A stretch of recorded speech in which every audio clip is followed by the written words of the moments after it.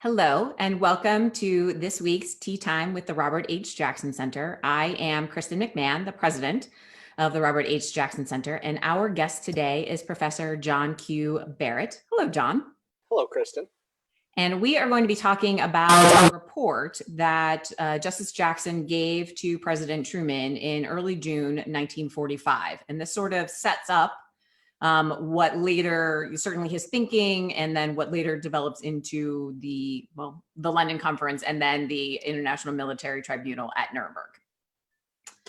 So I think we should probably start with setting the historical stage for this. So we are about 2 months after President Roosevelt's death and President Truman taking over as president. And then we are about 40 days into President Truman appointing Justice Jackson as the chief of counsel. Yes, and I think Jackson, in giving this report to Truman physically on June 6th, and then Truman releases it on June 7th, 1945, is really kind of rounding off and viewing it as a 30-day progress report.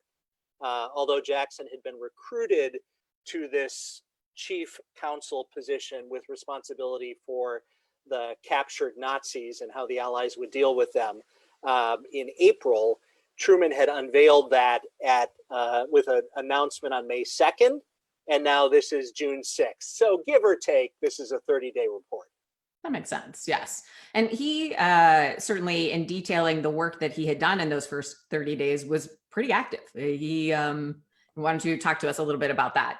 Yeah, Jackson took this assignment, answered this request from the president, and inherited a job that was completely amorphous. So what he's doing with the first 30 days is scrambling to get his arms around it, to figure out, what the idea is of a legal process to hold the Nazis accountable internationally for World War II, in effect.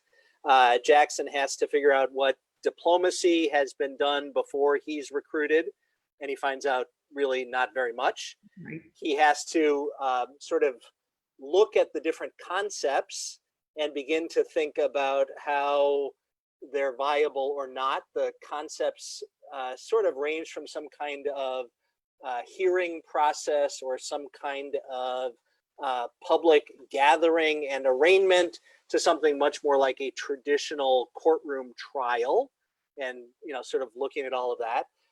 Jackson is sort of figuring out what pieces he needs to pull together from military people, from diplomats, from military in the field to have the ball to himself.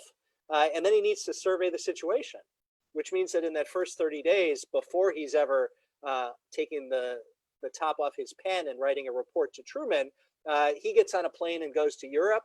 He goes from Paris to London to what had been Germany, Frankfurt, Wiesbaden, lots of meetings, lots of what we would call sort of liaison connecting, and really trying to recruit the Allied powers to step up, because the United States had gone first in appointing Jackson.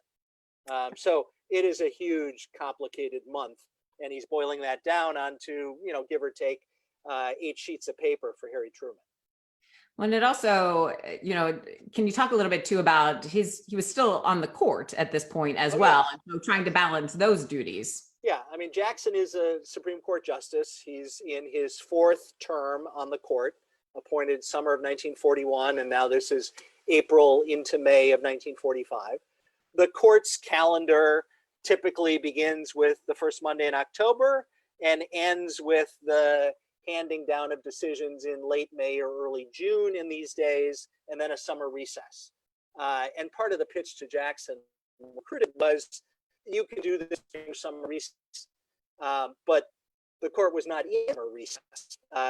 Jackson is juggling Supreme Court work and what becomes Nuremberg prosecutor work, chief of counsel or not chief of counsel work, and he's burning the candle at both ends. Of the Supreme Court work definitely starts to slip. You can see him missing Supreme Court sittings, and obviously when he's in Europe, he's missed Supreme Court sittings, and some last opinion term he had drafted and probably intended to file as dissents or concurring opinions, he pulls back because they're not really quite as finished, polished, and up to his standard. Better not to voice, sort of a half-baked opinion. His colleague, Justice Felix Frankfurter, particularly in one case, says to him, "This isn't up to your standard."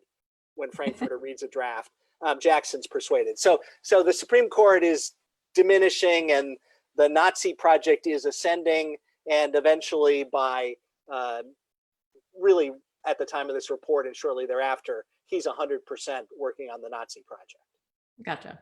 At this point, did he still think that the trial could likely be completed by the end of the summer, or was he already realizing, I think this is a bigger task than he was still optimistic that the thing, whether it be a trial or some kind of other proceeding, could largely be completed during the summer of 1945, that he might be a little bit late getting back to the court, miss the first Monday in October, maybe be there by the first Monday in November.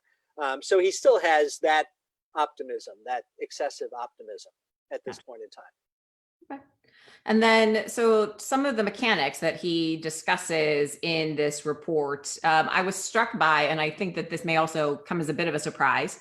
As I mentioned to you and to our audience often, I'm still learning about all of this myself as well. So in addition to trying to create what is the big plan, or what is the plan for the major criminals, there were already things in motion for some of the lesser crimes and criminals. And so he was also trying to sort out what is mine versus what is something for somebody else to deal with. Yes, it's a very complicated and kind of ad hoc improvisational landscape that was in existence by the time he's appointed. And he is chief of counsel, top dog, if you will, appointed by the President of the United States. He's trying to figure out, what are all these pieces and which ones am I supposed to take on board? Which ones can I sort of segment off? His principal job, which is the Allied commitment dating back to the Moscow Declaration of 1943, is to handle the arch criminals, the top Nazis whose crimes weren't based in any particular location, that really spanned Germany, and then in the war, the occupied nations and the entirety of the Third Reich. So this is Hitler and his inner circle, who are the principal focus, who will be handled by the Allies internationally. Separate and already ongoing in many ways from these arch criminals are, very significant, atrocious crimes were in particular locations. And those are being handled by occupying Allied military forces, American, British, Russian, and a little bit by the French in particular locations. These are atrocities and massacres and events in particular spots, and courts martial or military commissions are already occurring in the spring into the 19th. It also includes occupation army trials. So there's a fighting ends and those military commission proceedings give way. The Allies are now occupying the sectors of what had been Germany, and the perpetrators in those places can be dealt with by those occupying powers. It also includes the newly liberated, reconstituted countries that had been conquered by Nazi Germany. So there is again a Czechoslovakia, there is again a Poland, there is again, many, many nations where horrible, arguably criminal things happened, and those newly restored nations are now in charge of handling those matters. And so Jackson's trying to understand this whole landscape, figure out which pieces connect to the arch criminals, which are clearly his, and figure out what he can kind of cleanly let go of. One thing that's interesting, and I've of course read this report many times, but every time I reread it, something sort of strikes me. He's aware that American public knowledge is aware of atrocities against US soldiers. And he's writing this report as if that's on his plate. In the end, that turns out really not to be on his plate, but things like the Malmedy massacre in Belgium, which was surrendered American soldiers being machine gunned, is a headline piece of knowledge for every American. and a late in the war atrocity. And so holding those Nazis accountable, the Malmedy criminals, is something that Jackson is conscious of and sort of thinking about at this early moment as something on his plate, which in the end it really isn't. Well, and so one of the things I was struck by in the report is he makes or starts making very clear, and to your arch criminal perspective, that there were so many individual perpetrators of atrocities that there really was no way to effectively, for him anyway, to effectively deal with all of that. Right. So he was going to focus on the major criminals and then the organizations. Right. And the organizations is a connective thread between the arch criminals who will be individually held accountable by Jackson and the allies in this international endeavor, and all the other perpetrators. I mean, think of a pyramid, and a pyramid with a small number in the top box and then very significant numbers as you kind of move down, all of whom are above the cut line of potentially criminally culpable. Jackson and the allies are only going to deal with that very top peak of the pyramid. But by adjudicating in this international context the criminality of Nazi organizations, what this international project would produce was a verdict and a judgment that could be used in sector trials, in newly reconstituted nation trials, in military commissions, in locality proceedings, so they wouldn't have to try again and again what was the Gestapo, what was the SS. It would be an established thing that this was a criminal organization. And then against the individual, it would simply be a question of, are you the Mr. X who was a senior official and had decisional responsibility in this criminal organization? Right. And so, or is there some sort of exculpatory evidence or some sort of duress that you may have been under? Right. I'm not this Smith, I'm the other Smith. I'm not this Mueller, I'm that Mueller. And so, you know, these individuals in sector locality cases would have a chance to exculpate themselves, but they wouldn't have a chance to relitigate that the Gestapo was a philanthropic organization. Yeah, that would certainly be a time saver going forward as well. Right. I mean, they're trying to deal with a huge number problem. Right. You know, we're talking in some of the charts where they put numbers on the different slices of sectors of responsibility, we're talking over 100,000 potential criminally culpable Nazi actors, ranging from military to political to economic to occupation government and so forth.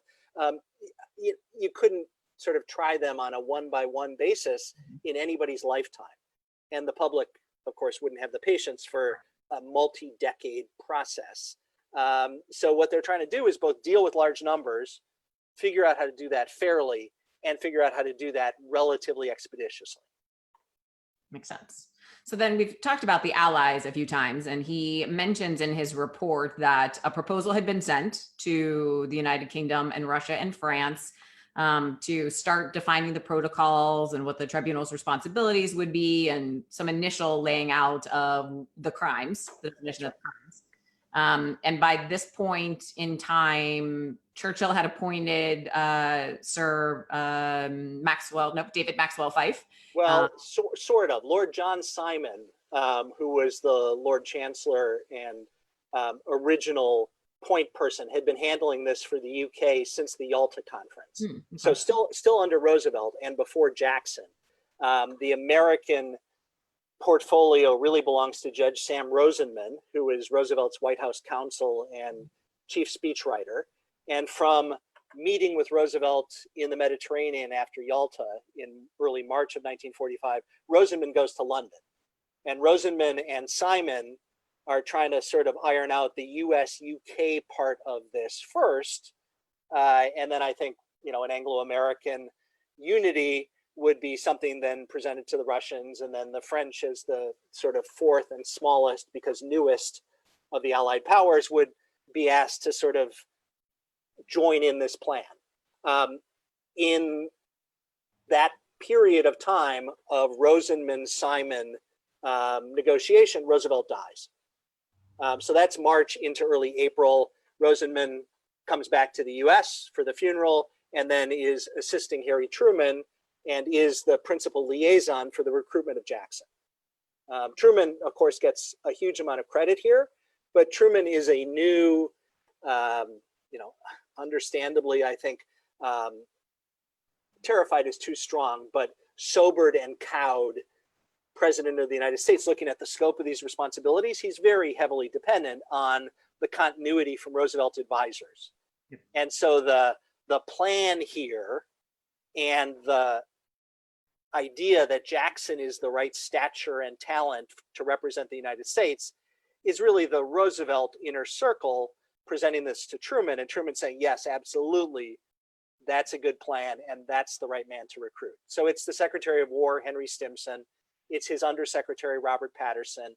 It's the Assistant Secretary of War, John McCloy. And it's the White House counsel, Sam Rosenman, and maybe Francis Biddle, the Attorney General, and maybe Edward Stettinius, the Secretary of State. That 4 to 6 people is the sort of planning hub that bridges from the Roosevelt to the Truman era. Yeah, and Kurt Graham, the director of the Truman Library and Museum, when he was here a few weeks ago, mentioned how, in the sort of entirety of the tenure of the Roosevelt-Truman administration, Truman had only met with Roosevelt individually a handful of times. And so really did come into this pretty uninformed, certainly not really aware of the magnitude. And so I have to imagine that there would be no other way to move forward but to rely on what is already in motion. And unless that seems completely egregious at this point, this plan seems to make sense. Right. That's right. I mean, we think of the vice presidency these days shaped by more recent vice presidents, but it was really a job constitutionally that started as a legislative branch job. It's the president of the Senate. And of course, while presiding in the Senate, the vice president is hanging around in case the president dies, but he's not really in the executive branch in a functional high responsibility form. And that was certainly how Franklin Roosevelt used his 3 vice presidents as sort of legislative liaisons and leaders. The executive branch planning and policymaking was the cabinet and the inner circle in the White House. Harry Truman just was not in that. Mm-hmm. And of course, he'd only been vice president since January of 1945. Less than 4 months later, he's got the top job. Yep. Well, and so one of the things that also struck me, and part of this is because you and I have had some conversations, and then when I was doing the research I did for the conversation about the London conference that kicked off these Ts, one of the things I had read is that one of the reasons that President Truman also liked Justice Jackson to move forward with this was that they had a similar view on what should be done, so that there should be an actual trial as opposed to something lesser or an execution sort of right off the bat. And so I was also struck by, in the report, he specifically lays out, we can have a hearing, or we can let them go. We could have a hearing or we can execute them without having a hearing, or we should have a real hearing and present evidence. And so I thought that was interesting that he was spelling that out again so explicitly, because at least my understanding was President Truman was already on board with that plan. I think that's sort of internal to Truman thought process question. And he kept some diaries and confided in various people, but it's very hard to be sure at what point in time Harry Truman's decisions ended up being. This is one of the moments releasing this Jackson report on June 7th, 1945. Where it is. He says, here's this report. I agree with every word of it. This is what I want. But if you kind of roll that back into April, when Truman is new in the job, if he had gotten a strong push from, say, General Marshall, General Eisenhower, Secretary Stimson, and others to line up the Nazis and shoot them, I don't know. Nobody was proposing that. The inner circle was comprised of people who were already of this law vision, and recruiting a top law was part of the law vision. And Truman agrees with it. I mean, he was morally a good and decent man. I don't mean to suggest he had any other instinct, but it's not his. It's a event that is Roosevelt, that is a declaration that is to their circle, that is presented to Truman, and Jackson is the man to steward this. Truman did know and think the world of Robert Jackson. They had interacted most significantly when Jackson had been Attorney General, and Truman, as a senator from Missouri, was gearing up what became the Truman Committee that was looking into defense contracting and gouging and scams during World War II, which really, was a great legislative oversight endeavor and made Truman's national reputation. This is during Roosevelt's third term, basically. Mm-hmm. At the start of that process in 1941, Truman realizes, I got to get a good staff, like a specially trained investigative staff to do this. He picks up the phone and he calls the Attorney General, Robert Jackson, and says, "Who's your best man in DOJ?" And it was pretty much all men then, so I'm picking the noun deliberately. And Jackson says, there's a lawyer named Hugh Fulton, who has worked closely with me on high stakes matters, prosecuted a lot of cases. He's a fantastic investigator. I will release him to do this if you wish to interview him and recruit him. And Truman does.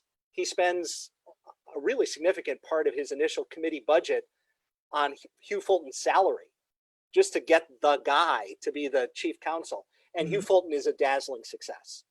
So Truman, in the time period and ever after, and down to his memoirs in his retirement, says, I owe everything to Robert Jackson because he gave me Hugh Fulton.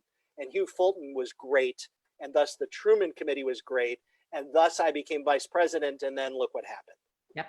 So there's that kind of background of, trust and track record that Truman has before April of 1945. And certainly always important in politics, but perhaps never more so than when he is trying to figure out who to trust and how to move forward, that those who already have established relationships with him are also those he would turn to. Right. Now, I want to pick up, if I may, on the sort of three paths that you mentioned and that Jackson sketches out in this report to Truman.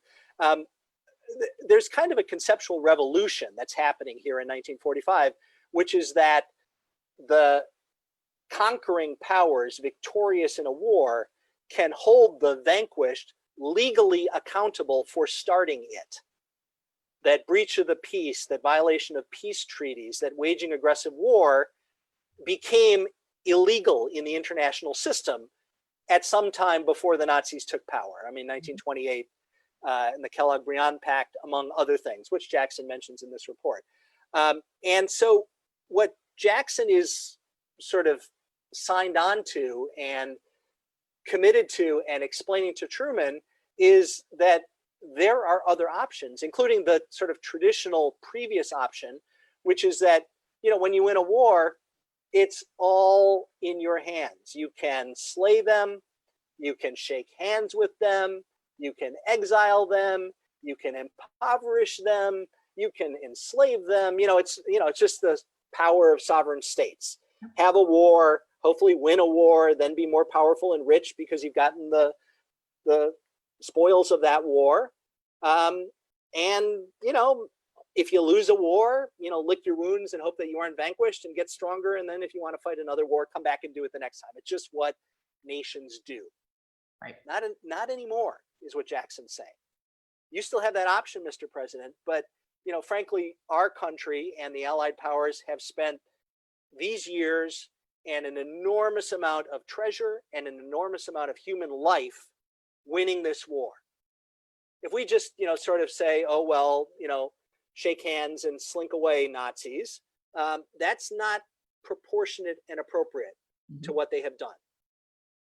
At the other pole, if we line them up and shoot them, even if we've dressed it up with some summary proceeding, a historic incident occurred at dawn this morning, and then the guns were fired. And whether we're talking a handful or dozens or hundreds or tens of thousands, think of that pyramid again, we will have done something brutal, something that our children will not look back on with pride, is the phrase that Jackson uses. Yes. It may sort of fit our vengeance in the moment. God, look what they did, and they must pay, and now they have paid, and that's the end of it. But think, we're kind of their grandchildren or great grandchildren. think how we would look back on the conclusion of World War II if it had ended with American, British, French, Russian firing squads obliterating captured Nazi prisoners. Mm-hmm. I think rightfully we would be appalled by that at a kind of human decency level. Or the world would look so different now that it would right. Either we would be completely appalled, or it wouldn't occur to us to be appalled because there would have been so many wars or something in between there that it would just seem like this is what exactly. But even across the Allied powers, and I don't want to throw too many rocks here, but think of how we look at Soviet Russian behavior in the post-war period. Not so much at Nuremberg, where the Russians had a good moment, but think of the gulags, and think of the show trials, and think of the exiles to Siberia, and how we contrasted American democracy with that for 50 years of the Cold War. That path of behavior doesn't sit well with us as a matter of decency. Right. So Jackson's saying between, shake hands and bygones are bygones and line them up and shoot them, there's a middle path. It's a new path, but it is a legally valid path because the development of international law had already reached the stage of forswearing war, which is to hold accountable the aggressors who started it. That's these Nazis in the European theater. And what they did in starting the war was also cause the toll of suffering, misery, atrocity that went with it. So the war is the wrapper around all of the crimes that are within Jackson's portfolio here, including crimes against humanity, human rights crimes, war crimes on the battlefield. The big crime is the war. And the war was illegal, and the war was done by arch criminals who didn't have a particular venue in which they did it. We will have a proceeding that holds them accountable, a fair one before the eyes of the world.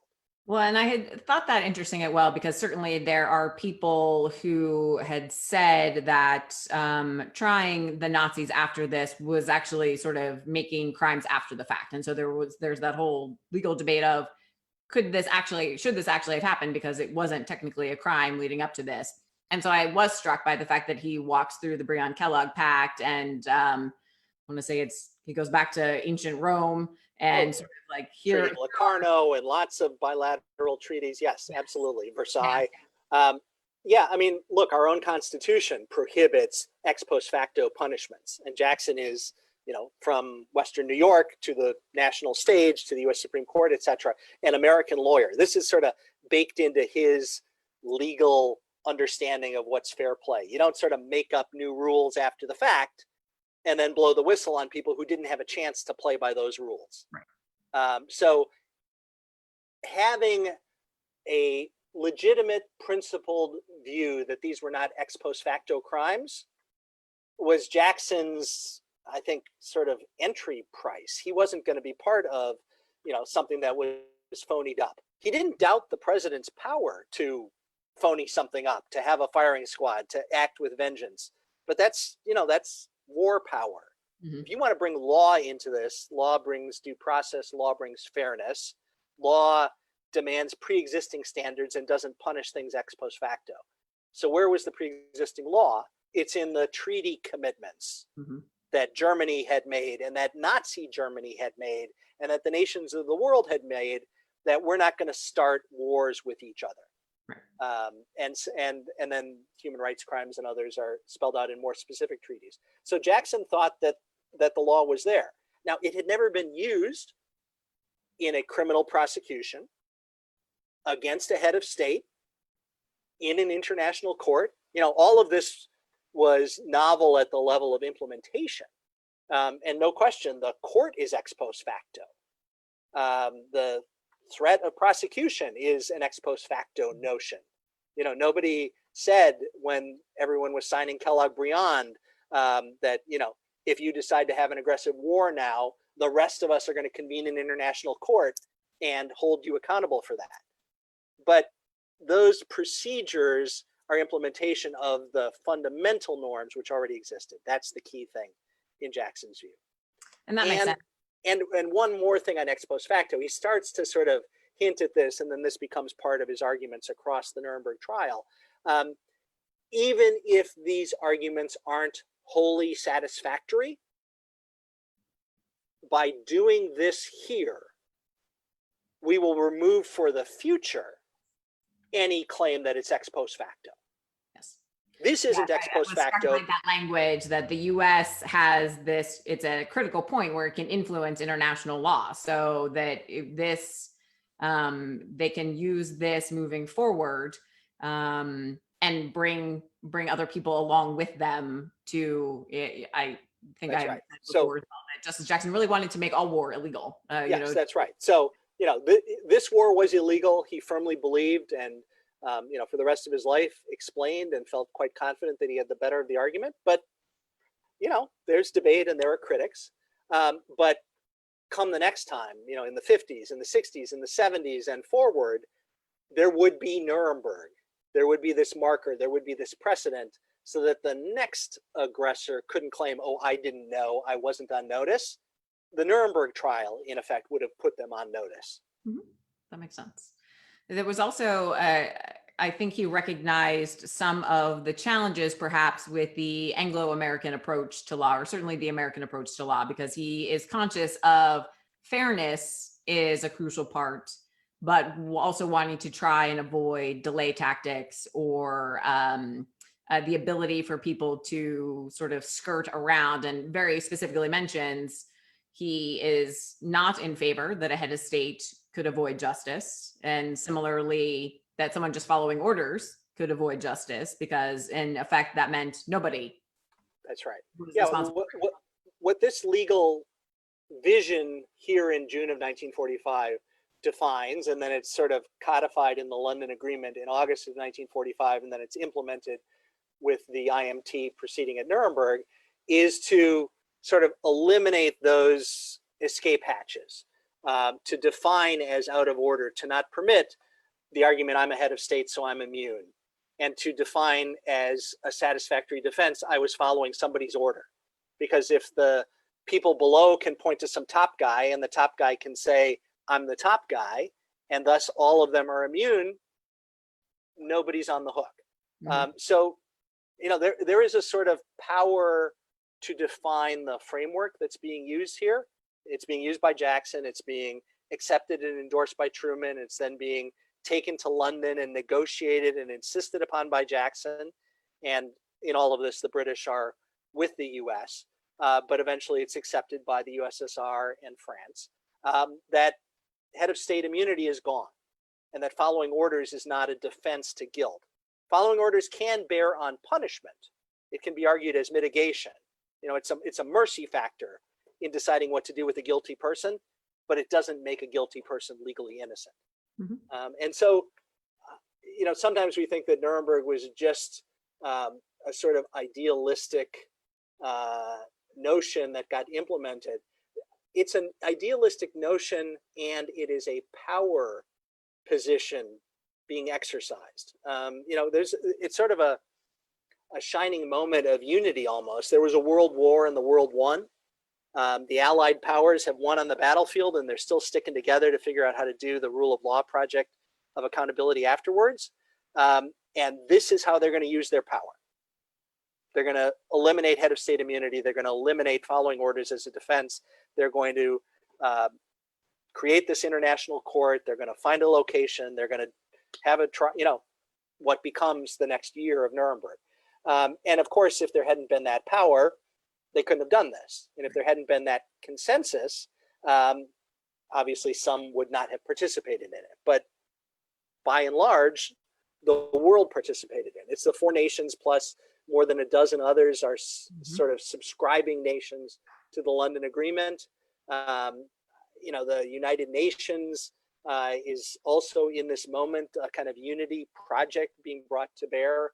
And at the end of the Nuremberg trial, the UN General Assembly endorses the Nuremberg judgment, by unanimity, basically. The world is using its power to draw these lines and create these institutions. And that's certainly important. I want to turn a little bit too, because we're talking about the Allies, and at this point, we're still 3-ish weeks or so away from Justice Jackson, the London conference start. And at this point, it sounds as if he's certainly willing to go it alone. He specifically says, I will do this on behalf of America, we will do this moving forward. Seems to think probably the British are coming with him because he spent some time with that. But at this point, I like that phrase, the British are coming. Pulling in all of my historic references here. So at this point in early June, is the London conference a foregone conclusion, or is it still, I'm not sure how many other people are going to move forward with us on this. Yeah, it's pretty clear that Jackson's going to London because the Rosenman-Simon ironing out co-planning had been interrupted, had really come back to the US, had been briefly resumed a little bit diplomatically in Washington, and then out at San Francisco as the United Nations is being created out there, and then kind of the hot potato is tossed to Jackson. So, you know, he's going to go to London and he's going to be working with the British, and they are hoping that the other Allied powers will be with them. So they're going to be inviting the French and inviting the Russians. It turned out that, you know, the French sent a couple of people. It's a short boat ride. The British gave them accommodations and so forth. That wasn't a hard recruit. It was very much in doubt whether the Russians were really going to show up, and whether London was going to be a, you know, a four-party, four-sided table conference, as it turned out to be. So Jackson's there. He leaves the U.S. on June 18th, and, you know, so 2 days later, give or take, he's in London and shaking off jet lag and stealing office space from the OSS and starting to meet with the American ambassador and British counterparts, and asking the Russians, and Washington's asking the Russians to send their people. It really doesn't happen for about a week more. Yep.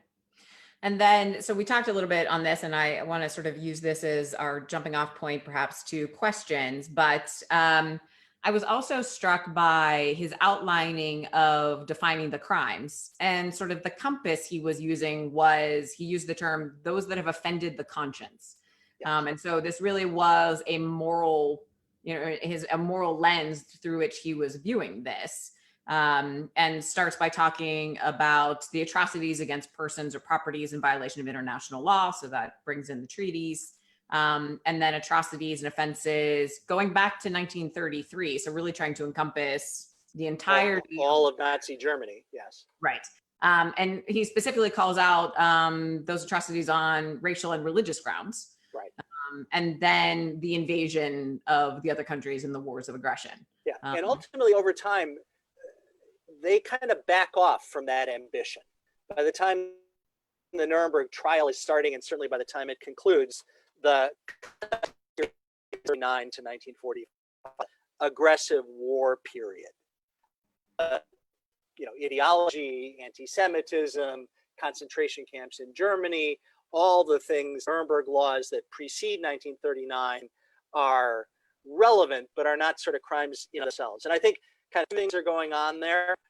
It's a consensus how to use power starts to fracture once of judging intra-nation conduct is the vision. You know, the British have a colonial empire, and what they're doing to their subjects includes all kinds of horrific stuff. The United States has racial segregation, you know, de jure, by law, segregation. And what we're doing to African Americans in this country then is a horrific human rights crime. And the French colonies, and of course, lots of things you could point to in the Soviet Empire. So once they kind of start looking at this, they all start to sort of retreat a little bit from intra-Germany focus and focus more on the war, which is the wrapper, but the aggression actually begins with the attack on Poland in September of 1939. So yes, there's a broader vision here than ultimately kind of hits the pavement at Nuremberg, because this is early. I mean, there are all kinds of things here that are kind of half-baked and preliminary. You can tell that Jackson has a huge amount of smarts and a lot of legal depth, but really only about 30 days of cramming on this topic. Yep. And so, you know, he gets smarter, and things get more focused and more honed and more carefully described each and every week as it goes forward. Yep. Well, and I was struck, I think the final section of the report itself is, okay, you probably want to know, when can we start and how long will it go? And he uses a lot of words there, although it is the shortest section, but basically says, I have no idea. We're still in the process of trying to gather all this stuff. I'm still trying to figure out where the stuff might be. And then, while I've thought about preparing, we haven't really started that yet. Right. Yeah. I mean, he's trying to assure Truman, and it's really a state paper. They both know it's going to be released publicly. He's trying to assure the American people that we're up to something decent here, and it will be relatively prompt. And then he's sort of waffling because he's new at this and it's got all these moving pieces, and he can't say, on this particular day, we're going to try start it, and on this day, we're going to finish it. So he's trying to both give the assurance of speed and give himself a little bit of wiggle room, because it's a mess of complexity. Not back himself into a corner. Exactly. Right. All right. So for those of you who are tuning in, this is Tea Time with the Jackson Center. I am Kristan McMahon. Our guest today is John Q. Barrett.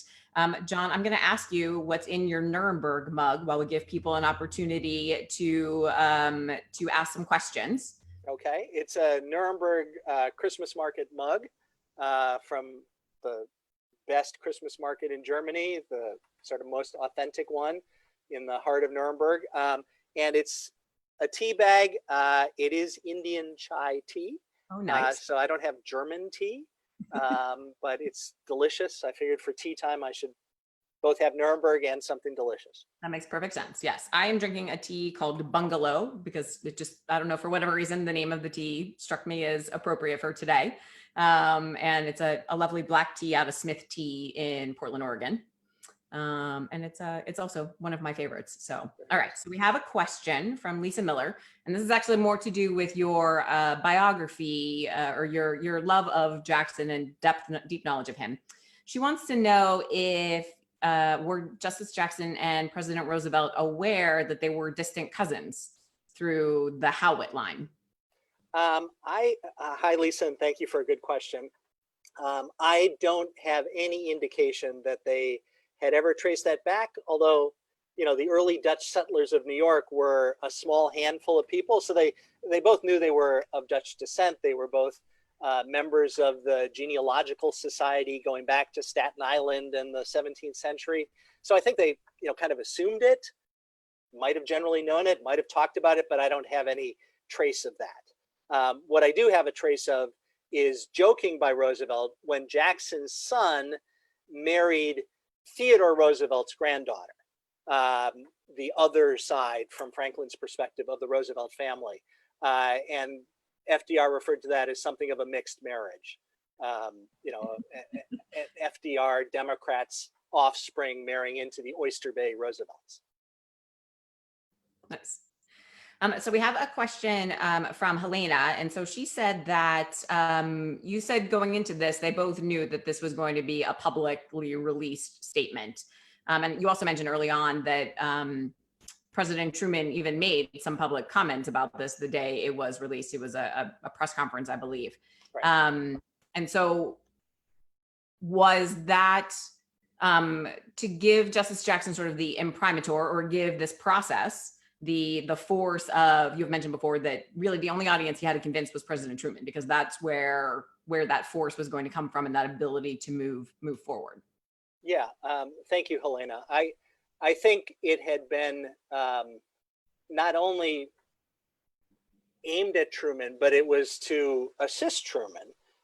Truman as the president, what are you doing with these Nazis who are now our prisoners, who caused this war? And, at first he can say, I've given the job to Jackson. But after a couple of weeks, the follow-up question is like, okay, Jackson. Right. And now sort of release the report, state publicly.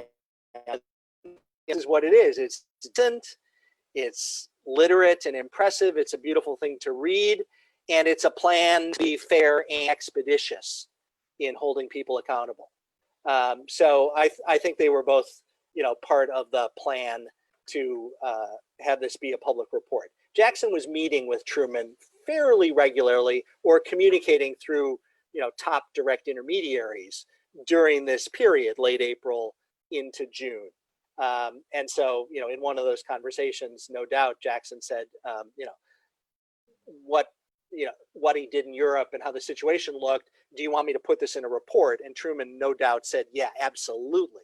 Mm-hmm. This is really Jackson's last of this Supreme Court term. I mean, Jackson was a fabulous writer and had cranked out all of his Supreme Court work. He wrote this report the same way he wrote Supreme Court opinions, hands-on, his own pen, lots of rewriting and editing, and, very thoughtful and elegant wording, and delivered that for Truman to understand and endorse and release and benefit from. Mm-hmm. That makes sense. All right, we have a question from Michael. Wants to know what you're currently working on. Hi, Michael. I'm working on Robert Jackson. I am using this pandemic time a little bit unexpectedly grounded and kept from, archives and resources, but I'm working on the biography of Jackson. I do this in, sort of different parts. There are always lectures and articles. I have the Jackson list, which if viewers don't know, the mass list that I do a couple of times a month, the.com. Click in and subscribe. I probably will post an essay about this report in the next couple of days. But all of it is, a long-term big project that will be, as I envision it, 2 principal books, one about Jackson at Nuremberg and one that is a life of Jackson. And I am well towards the conclusion of the first, and I would say midway with regard to the second. Gotcha. And for those of you, we will post the link to the Jackson list, but again, it's thejacksonlist.org if you're interested. Thejacksonlist.com. Thejacksonlist.com. And John sends out periodic essays and notes on either on historic days or things going on currently that seem to have some relevance to, or Justice Jackson has relevance to. And it's not overwhelming. It's very good, just bite-sized pieces to give you an understanding of Justice Jackson. Helena had another question, and it was about how, so he had obviously started gathering a staff by this point as well. And so what was that process like? Was he, were people interviewing? Was he sort of picking from various parts of the government? That's a great question. He, again, officially announced on May 2nd, is sort of the top guy on top of a lot of pre-existing activity. And so he's pulling some of that expertise and some of those pre-existing pods into this new entity. OCC is what they called it, Office of Chief of Counsel. So in the War Department, in the Army, in the Department of the Judge Advocate General, there was a team of lawyers working on treaty violations and war crimes. And there was a political level above that, a lawyer working on the theory of aggressive war as a crime and how to prosecute the organizations for conspiracy. Jackson sort of incorporates both of those parts of the War Department into his staff. There is at the State Department a very kind of grudging attitude about this whole project, but some expertise about treaty law. And Jackson takes the leading legal advisor's office treaty lawyer from the State Department and adds her to his staff. There are in the European theater some people who are sort of OSS and post-OSS intelligence and evidence gathering experts, if you will, and Jackson incorporates them into his staff. He's also got a couple of wild cards or draft picks of his own, and he pulls in a couple of superstars or known to him or highly recommended people. His friend Frank Shea, who had been the dean of the law school at the University of Buffalo, then became the head of the civil division in the Justice Department through Jackson, is in Washington, and they're very close, and Shea's a fabulous lawyer. He takes Shea from DOJ and makes him part of the staff. A lawyer named Gordon Dean, who had worked closely with Jackson in DOJ, is in military service. Jackson gets him basically sent back to shore and to Washington, and he adds him to the staff. He needs trial prosecutors and trial prosecutors who have experience in these kind of big mobster cases, if you will. because that's the vision of what the Nazi inner circle arch criminals really are. And so he recruits a guy in military service named John Amon, who was a big prosecutor of Murder, Inc. in Brooklyn in the 1930s. He recruits Tom Dodd, who had prosecuted Department of Justice cases all across the country, including a lot of big conspiracy cases in the 1940s. He needs some podium talent and great advocacy, so he recruits a lawyer named Sidney Alderman, who was the general counsel of the Southern Railroad. Not a war guy, not a crime guy, not, obviously not anything that seems connected to this, except he was the single best advocate in Jackson's view before the US Supreme Court in those years. And so he recruits Alderman, and Alderman persuades the Southern Railroad to let him go to be, his top trial lawyer, if you will, or top advocate. And he recruits General Wild Bill Donovan, the head of the OSS, to be his deputy, to be the number two, both because knowledge of Nazi crimes and behavior on the ground is what the OSS had, and because Bill Donovan was a prominent Republican. Jackson had been a prominent Democrat, so this gave it a bit of a bipartisan cast. And Bill Donovan was from Western New York, so there's a little bit of parochial comfort level. Jackson had known him going back a couple of decades. So he's sort of piecing this together. All told, we're talking a couple dozen people.